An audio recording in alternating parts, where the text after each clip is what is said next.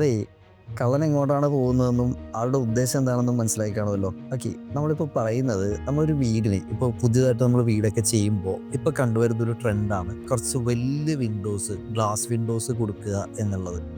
അപ്പോൾ അത് എല്ലാവർക്കും അറിയാവുന്ന കാര്യമാണ്. നല്ല വലിയ വിൻഡോസ് കൊടുക്കണം, ഹൈറ്റും വിഡ്ത്തൊക്കെ കൂടുതൽ വേണം എന്ന് അറിയേ തന്നെ ഇതിനൊരു പ്രധാന സൈഡ് ഏത് ടൈപ്പ് ഗ്ലാസ് ഉപയോഗിച്ചാലാണ് നമുക്ക് കുറച്ചും കൂടി സേഫ്റ്റി കിട്ടുക എന്നുള്ളത് നിങ്ങൾക്കറിയോ?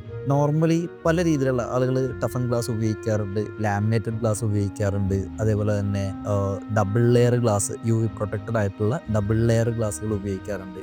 അപ്പോൾ ഓരോ ടൈപ്പ് ഗ്ലാസും ഓരോ റിക്വയർമെൻറ്റ് മീറ്റ് ചെയ്യുന്നുണ്ട്. ഇപ്പോൾ നമുക്ക് സേഫ്റ്റി വളരെ ഇമ്പോർട്ടൻ്റ് ആണ്. ഇപ്പോൾ അല്ലെങ്കിൽ നമ്മളൊരു വിൻഡോക്കൊക്കെ ഗ്രില്ലൊന്നും കൊടുക്കുന്നില്ല, നമ്മളൊരു പ്ലെയിൻ ഗ്ലാസ് അതിൻ്റെ ഒരു എസ്തെറ്റിക് ലുക്കിന് വേണ്ടിയിട്ട് ഒരു പ്ലെയിൻ ഗ്ലാസ് ഒക്കെയാണ് കൊടുക്കുന്നതെങ്കിൽ എപ്പോഴും ഒരു ലാമിനേറ്റഡ് ഗ്ലാസ് ആയിരിക്കും കുറച്ചും കൂടി ബെറ്റർ ആയിട്ടുണ്ടാവുക. അത് ബ്രേക്ക് ചെയ്യാൻ കുറച്ച് പാടാണ്. അതേപോലെ തന്നെ ഇല്ലെങ്കിൽ കുറച്ച് സേഫ്റ്റി ഒക്കെ നമുക്കുണ്ട്, നമുക്കൊരു ചൂടിനെ റെസിസ്റ്റ് ചെയ്യണം എന്നുണ്ടെങ്കിൽ യു വി പ്രൊട്ടക്റ്റഡ് ആയിട്ടുള്ള ഡബിൾ ലെയർ ഗ്ലാസ്സുകളൊക്കെയാണ് കൊടുക്കേണ്ടി വരിക. അപ്പോൾ ഇല്ലെങ്കിൽ കുറേ കൂടി ഹൈലി പ്രൊട്ടക്റ്റഡ് ആണ്, എന്നാൽ കുറച്ചും കൂടി കോസ്റ്റ് എഫക്റ്റീവ് ആക്കണമെന്നുണ്ടെങ്കിൽ ടഫൻ ഗ്ലാസ് കൊടുത്തും ചെയ്യാൻ പറ്റും. പക്ഷേ ഇതിൻ്റെ ബാക്കിൽ ഗ്രില്ലും കാര്യങ്ങളൊക്കെ കൃത്യമായിട്ടുണ്ടാവണം. ഇല്ലെങ്കിൽ ഒരു പ്ലെയിൻ ഗ്ലാസ് മാത്രമൊക്കെ കൊടുക്കുന്ന ഏരിയയിൽ എപ്പോഴും ലാമിനേറ്റഡ് ഗ്ലാസ് തന്നെയായിരിക്കും ബെറ്റർ ആയിട്ടുണ്ടാവുക. അപ്പോൾ ഇനി വീട് വെക്കുമ്പോൾ അല്ലെങ്കിൽ വീട് ചെയ്യുന്ന ആൾക്കാർ ഇങ്ങനെയുള്ള കാര്യങ്ങൾ കൃത്യമായി ശ്രദ്ധിച്ചു പോവുക.